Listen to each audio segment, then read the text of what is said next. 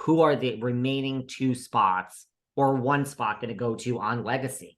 I mean, you can get what you want about the word Legacy. It's not Ramona. They're not using her. She's fired. So who else is now in the Legacy? I think Heather Thompson had a chance. I don't think so after she returned. And I think it just that left now too inappropriately. Who now deserves Legacy status? Alex McCord doesn't want it. They would love Alex McCord, I'm sure. Bethany's not back. So by process of elimination, we are now, it's not going to be Carol. Our choices here are like Aviva Drescher, Tinsley. Who's more of a part of this Legacy? I think Tinsley's been the 6th logical choice. I think they need her. I do too. And I think she'd be great. And, obviously Tinsley and Dorinda have, a lot of butting heads chemistry, I think. And I mean, Tinsley was part of the reason Dorinda was exited. I mean, Dorinda just got so nasty against Tinsley. I mean, obviously Tinsley triggers Dorinda in some way. So just the chemistry would be good. And she has natural chemistry. Like she knows them all. Do you know what I mean? Like she was just pictured she was in Augusta. She ran into Sutton Strack, or I don't know if they plan to have something, but there's pictures on the internet like a week ago over Thanksgiving with her and Sutton just meeting up. Which you I believe it. Well, they're Southern, to some extent, I mean, 100%.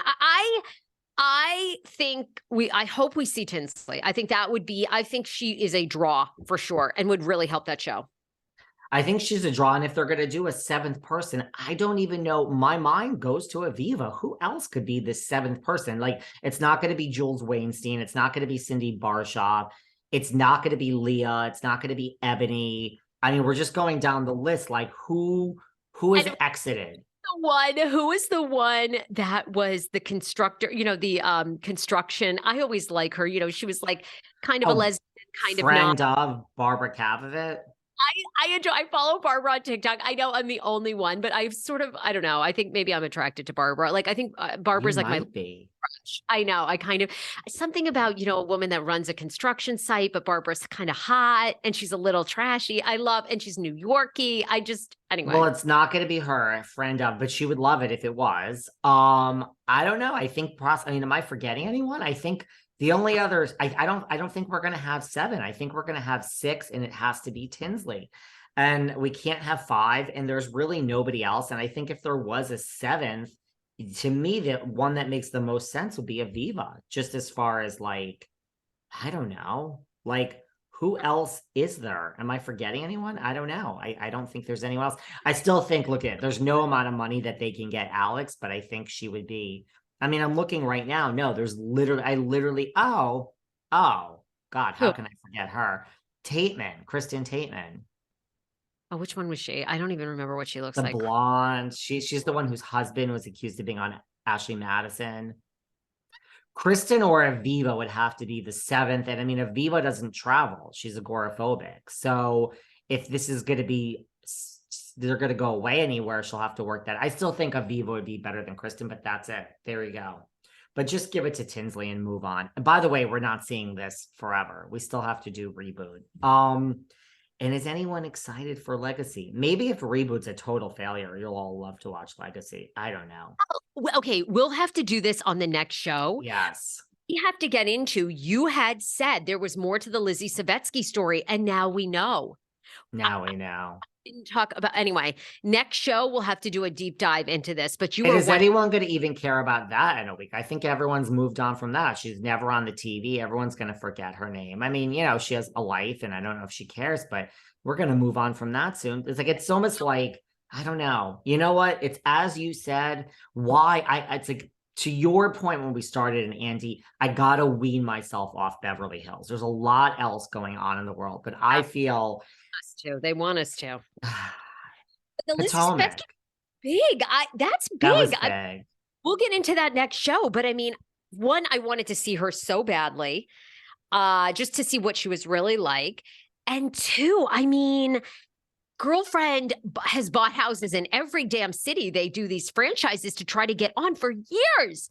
And And we then have to talk about Jen Shaw in the next show too. The fact that this is delayed again and this whole thing with the Chrisleys and what the judge said. I mean, I think Jen is in such trouble.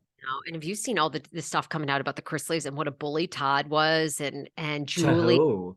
Well, Todd, I didn't really realize this till this all came out. Todd has an older son from a previous relationship. Yeah. That son and a woman have a child together, which is the granddaughter that they've kind of adopted. Chloe. And I don't know exactly why they adopted Chloe. Why did the parents lose custody of Chloe? Or did they? I think the son was like, I don't know if it was drugs, but something to that effect. I think he's got his life together now. The mother gave a Daily Mail interview over the Thanksgiving holiday. And basically she says that Todd, and she posts the texts, which are a little, they're not, Todd doesn't come right out and say it. But she basically says, Todd was like, you're going to lie for me, right? And she was like, no, I'm not lying for you. And apparently she claims that Todd has gone around for years to people and said, you're going to lie for us. You're going to do this. You're going to do that. And basically she claims that Todd has such a control over all of those kids, including Lindsay, the one that was estranged from them and then came back into the fold, that they all end up sort of falling in line because they're afraid of Todd. Look at the show. I mean, that's his whole thing. He's controlling. And so anyway, no, she just paints a very dark picture, but I'm still trying to get to the bottom of how they ended up with Chloe, who is now going to be under the care of Savannah.